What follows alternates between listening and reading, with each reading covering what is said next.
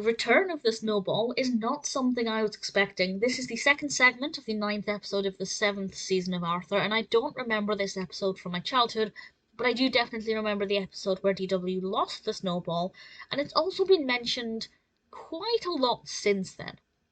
And I think they're maybe milking it a little bit too much, but this episode is definitely surprising because DW one day randomly finds the Snowball in the back of the freezer, and it's transpired that she probably just lost it. When people put food in the freezer, it was hidden at the back, but actually, she's still pretty confident that somebody must have stolen it and then put it back because that doesn't make any sense to her. And of course, people look in their freezers, it would have been discovered by then, so not everything is as it seems.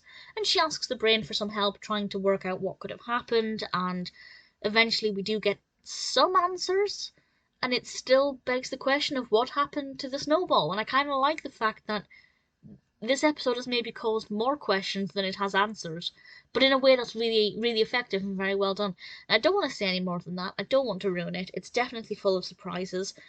Maybe it's not the most educational episode of Arthur or the most informative, but in terms of having a continuing narrative that rears its head every now and then, I think it helped to move that part of the narrative onwards. Goodness knows if they'll ever mention it again. I'm sure they will at some point. Um, but I found it to be quite surprising, very well written episode, very, very good narrative development. Definitely not too bad at all.